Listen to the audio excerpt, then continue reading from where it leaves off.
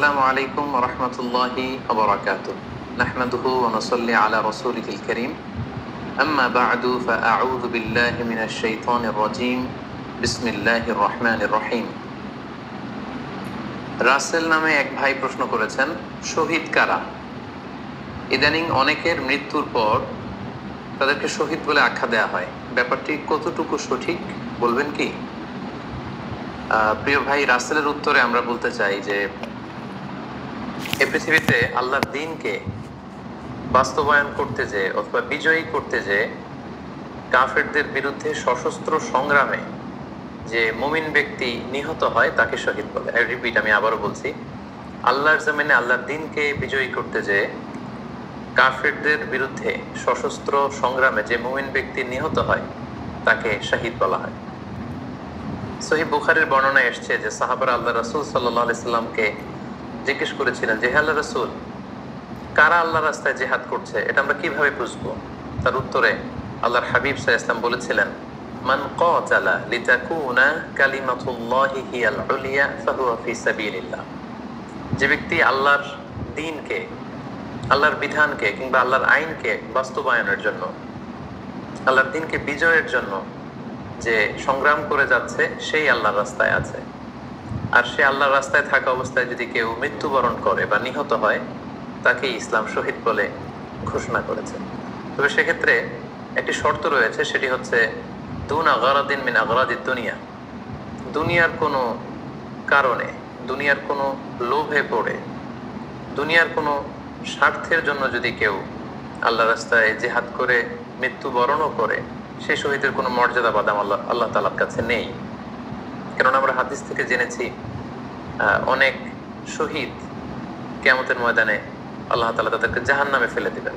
আল্লাহ বলবেন যে, তুমি তো দুনিয়াতে জিহাদ করেছিলে যে মানুষ তোমাকে বীর বলবে, মানুষ তোমাকে সাহসী বলে ঘোষণা দিবে, বাহাবা পাওয়ার জন্য তুমি জিহাদে অংশগ্রহণ করেছিলে এবং সেখানে নিহত হয়েছ।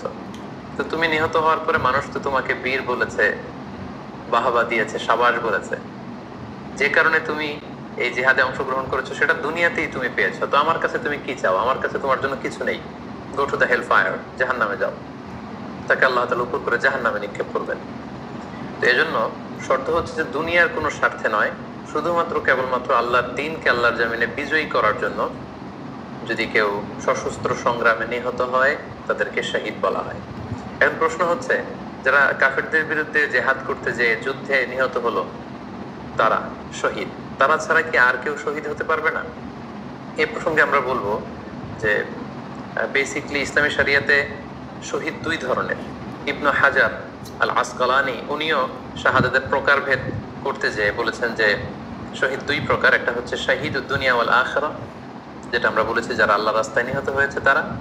আরেকটা হচ্ছে শাহিদুল আখিরা, যারা দুনিয়াতে আল্লাহর রাস্তায় নিহত হয়নি কিন্তু পরকালে তারা শাহাদাতের মর্যাদা লাভে ধন্য হবে।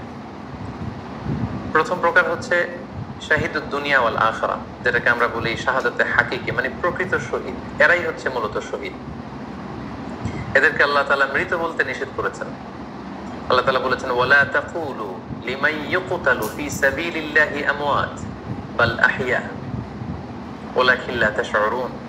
যারা আল্লাহর রাস্তায় জীবন দিয়ে নিহত হয়েছে তাদেরকে তোমরা মৃত বলো না, বরং তারা জীবিত। অন্য এক আয়াতে এসেছে, বাল আহইয়াউন ইনদা রাব্বিহিম ইউরযাকুন, তারা জীবিত এবং আল্লাহর কাছে তারা রিজিক প্রাপ্ত, আল্লাহ তাআলার পক্ষ থেকে তারা রিজিক প্রাপ্ত। তাদের মর্যাদা আল্লাহ তাআলার কাছে এত বেশি যে তাদেরকে নিহত হওয়ার পরে কোনো জানাজার আগে গোসল দিতে হয় না। তাদের রক্তাক্ত দেহটাকেই সরাসরি জানাজার পরে দাফন করে দিতে হয়, কেননা সেই ঝরঝরে রক্ত নিয়ে তারা সেদিন কিয়ামতের দিবসে আল্লাহ তাআলার দরবারে তারা হাজির হয়ে যাবে। এবং আমরা যদি কোরআনের দিকে তাকাই, কোরআন আমাদেরকে জানিয়েছে, আনা আমাল্লাহু আলাইহিম মিনান নাবিয়িন ওয়াস সিদ্দিকিন ওয়াশ শুহাদাই ওয়াস সালিহিন, মানে সবচেয়ে শ্রেষ্ঠ তাবাকা বা দারাজা হচ্ছে নবীদের দারাজা, নবীদের পরে হচ্ছে সিদ্দিকিনদের দারাজা, এবং সিদ্দিকিনদের পরেই যাদের মর্যাদা আল্লাহ তাআলার কাছে সবচাইতে বেশি তারা হচ্ছে শুহাদা। এজন্য প্রতিটি মুমিনের জীবনের আকাঙ্ক্ষা বা তামান্না থাকা উচিত তারা যেন শাহাদাতের মৃত্যু আল্লাহ তাআলার কাছে কামনা করে। এবং আমরা যদি সাহাবাদের জীবনের দিকে তাকাই তাহলে দেখবো ওনারা সবসময় আল্লাহ তাআলার কাছে শাহাদাতের মৃত্যু কামনা করতেন। সেদিন ওমরে ফারুক রাদিয়াল্লাহু তাআলা আনহু আল্লাহ তাআলার কাছে সবসময় শাহাদাতের মৃত্যু চাইতেন। সহিহ বুখারীর বর্ণনায় এসেছে ওমরে ফারুক রাদিয়াল্লাহু তাআলা আনহু দোয়া করতেন আর বলতেন, আল্লাহুম্মা রযুকনি শাহাদাতান ফি সাবিলিক ওয়াজআল মাউতি ফি বালাদি রাসূলিক। মানে হে আল্লাহ, আপনি আমাকে শাহাদাতের মৃত্যু নসিব করুন এবং আপনার প্রিয় হাবিবের শহর মদিনা শহরে আমার মৃত্যু আপনি নসিব করুন। এবং আমরা যদি ওমরে ফারুকের জীবনের দিকে তাকাই তাহলে আমরা দেখবো যে উনি শহীদী মৃত্যু লাভ করেছিলেন। একজন অ্যাসাসিনেটরের মাধ্যমে আত্মাইর আঘাতে তিনি শহীদ হয়েছিলেন এবং আল্লাহ রাসূল সাল্লাল্লাহু আলাইহি ওয়াসাল্লামের পাশে আবু বকর রাদিয়াল্লাহু তাআলা আনহু কবর, তার পাশেই কিন্তু ওমরে ফারুকের কবর। তার মানে মদিনাতেই তিনি আল্লাহ রাসূল সাল্লাল্লাহু আলাইহি ওয়াসাল্লামের পাশে মৃত্যুবরণের পরে শোয়ার সৌভাগ্য তিনি অর্জন করেছেন। তাহলে এই আলোচনা থেকে আমরা বুঝলাম যে প্রকৃত শহীদ হচ্ছে যারা আল্লাহর রাস্তায় নিহত হয় এবং এর মর্যাদা আল্লাহ তাআলার কাছে অনেক বেশি।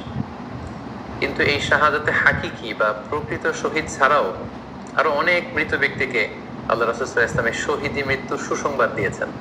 তারা জিহাদে অংশগ্রহণ করেনি, তারা কাফিরদের আঘাতে নিহত হয়নি, তারা প্রকৃত শহীদ নয়, কিন্তু কিয়ামতের দিন তারা শাহাদাতের মর্যাদা লাভ করবে। তারা কারা? এ ব্যাপারে আমরা সহিহ মুসলিমের একটি হাদিস এখানে উল্লেখ করতে চাই, যেখানে আল্লাহ রাসূল সাল্লাল্লাহু আলাইহি ওয়াসাল্লাম সাহাবাদেরকে জিজ্ঞেস করেছেন, মা তা'উদ্দুনা শাহিদা ফীকুম, ওহে সাহাবারা তোমরা কাদেরকে শহীদ বলে মনে করো? সাহাবারা বললেন, যারা আল্লাহর রাস্তায় নিহত হয় তারা শহীদ। তখন আল্লাহ রাসূল সাল্লাল্লাহু আলাইহি ওয়াসাল্লাম বললেন, ইন্না শুহাদা উম্মতি ইদান লাকালিল, এরকম হলে তো আমার উম্মতের মধ্যে শহীদদের সংখ্যা একেবারে কম। যারা জিহাদের সুযোগ পাবে না, জিহাদের ময়দানে কাফিরদের বিরুদ্ধে সশস্ত্র সংগ্রাম করে যারা নিহত হওয়ার সুযোগ পাবে না, তাহলে তো তারা শহীদ হতে পারবে না। সাহাবারা এই কথা শুনে বললেন, ইয়া রাসূলুল্লাহ, তাহলে কারা শহীদ আপনি বলেন। তখন আল্লাহ রাসূল সাল্লাল্লাহু আলাইহি ওয়াসাল্লাম বললেন যে যারা আল্লাহর রাস্তায় নিহত হয় তারা তো শহীদ বটেই, পাশাপাশি ওমান মাতা ফি তাউনি ফাহুয়া শাহীদ, মহামারীতে যারা মারা যায় তারাও কিন্তু শহীদ।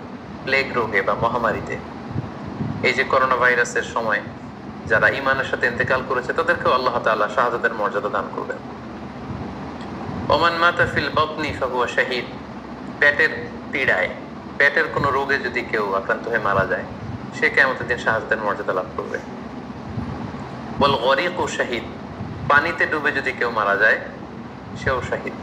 এভাবে অন্যান্য আরো অনেক হাদিসে, কোনো হাদিসে 5 জন, কোনো হাদিসে 7 জন, কোনো হাদিসে আরো বেশি, এভাবে আরো অনেক ব্যক্তিকে আল্লাহ রাসূল সাল্লাল্লাহু আলাইহি ওয়াসাল্লাম শাহাদাতের মর্যাদা লাভে তারা কিয়ামতের দিন ধন্য হবে এই মর্মে তিনি আমাদেরকে জানিয়েছেন।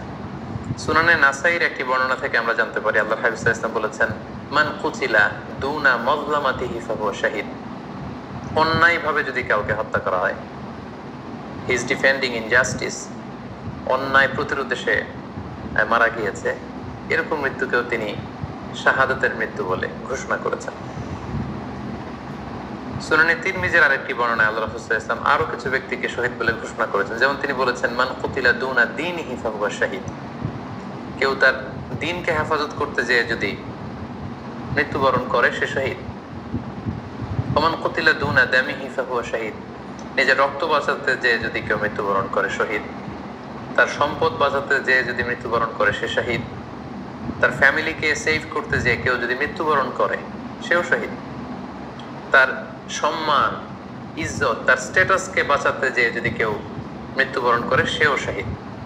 আরেক বর্ণনায় আমরা জানতে পারছি আল্লাহ রাসূল সাল্লাল্লাহু আলাইহি ওয়াসাল্লাম বলেছেন, ওয়াসাহিবুল হাদমি ফাহুয়া শাহীদ, অর্থাৎ ধ্বংসস্তূপের নিচে চাপা পড়ে যদি কেউ মারা যায় বা কোনো দেয়ালের নিচে চাপা পড়ে যদি কেউ মারা যায় সে শহীদ। ওয়াসাহিবু যাতিল জানবি শাহীদ, অর্থাৎ ফুসফুসের কোনো রোগে, লেটস সে লাং ক্যান্সারে যদি কেউ মারা যায়, ফুসফুসের কোনো ভয়ানক রোগে যদি কেউ মারা যায় সে শহীদ, শহীদের মর্যাদা পাবে। আল হারিকু শাহীদ, আগুনে পুড়ে যদি কেউ মারা যায় সেও শহীদ। ওয়াল মারআতু তামুতু বিজুমঈন শাহীদ, বাচ্চা পেটে ধারণ করেছে, অর্থাৎ গর্ভবতী মা যদি এই প্রেগন্যান্সির কারণে কিংবা বেবি ডেলিভারি করতে যেয়ে যদি মারা যায় সেও কিন্তু শহীদদের কাতারে দাঁড়াবে। এভাবে আমরা বিভিন্ন হাদিসের আলোকে এবং আল্লাহ রাসূল সাল্লাল্লাহু আলাইহি ওয়াসাল্লামের সুসংবাদ বাণীর আলোকে আমরা বুঝতে পারি যে আল্লাহর রাস্তায় যারা জিহাদ করে আল্লাহর দ্বীনকে বিজয়ী করতে যে মৃত্যুবরণ করেছে তারা হচ্ছে প্রকৃত শহীদ। তাদের মর্যাদা আল্লাহ তাআলার দরবারে অনেক অনেক বেশি। কিন্তু এই শহীদ ছাড়াও আরো অনেক ধরনের মৃত্যুকে আল্লাহর হাবিব সাল্লাল্লাহু আলাইহি ওয়াসাল্লাম শাহাদাতের মৃত্যুর সাথে ঘোষণা করেছেন। সো যারা জেহাদে মারা গেল তারাই শহীদ, বাকিদেরকে শহীদ বলা যাবে না, এই কথাটি ঠিক নয়। বরং আল্লাহ রাসূল সাল্লাল্লাহু আলাইহি ওয়াসাল্লাম নিজেই চেয়েছেন, তিনি বলেছেন যে তোমরা যদি শুধু এই এক শ্রেণীকে শহীদ বলো তাহলে তো আমার উম্মতের মধ্যে শহীদের সংখ্যা একেবারে কম। আর আমি চাই আমার উম্মতের মধ্যে থেকে অনেক সংখ্যক লোক এই শাহাদাতের দরাজা, এই মর্তবা, এই মর্যাদা লাভ করে ধন্য হোক।